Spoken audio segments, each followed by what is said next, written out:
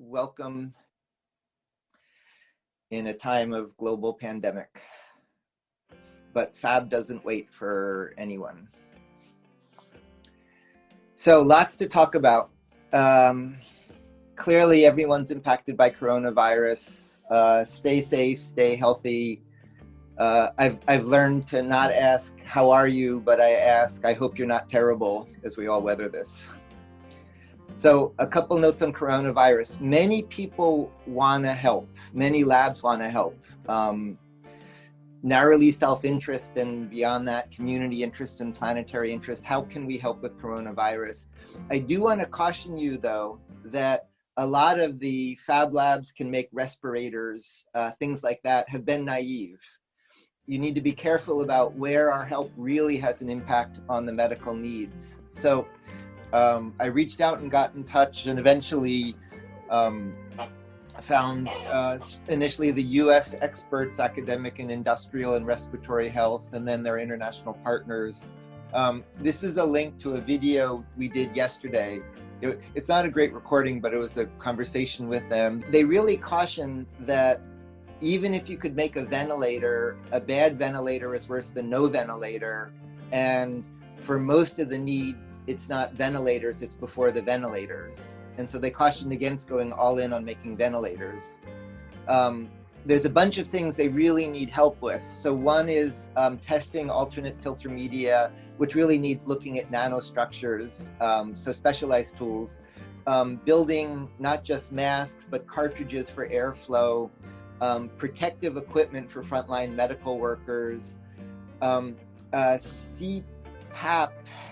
CPAP is used for things like sleep apnea, but with oxygen can help for a wide range of the coronavirus cases. And those look easier to make and are in a more immediate need.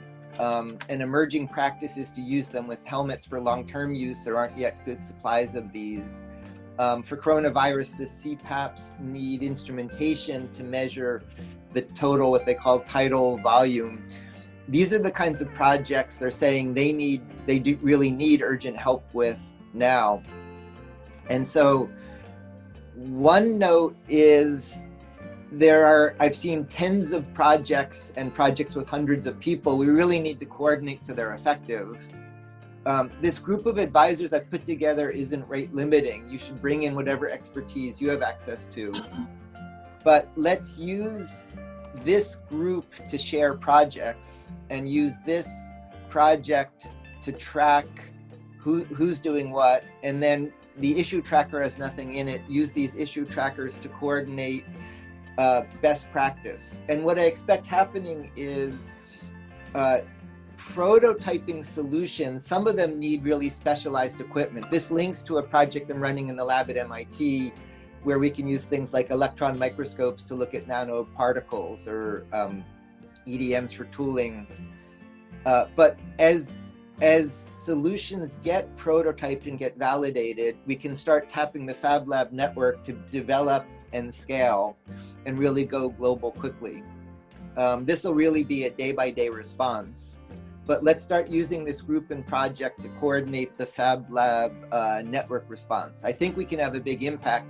In the call yesterday, the experts were really concerned about the ability of industry to respond and hadn't really thought about how open fabrication can get around limits in industrial production.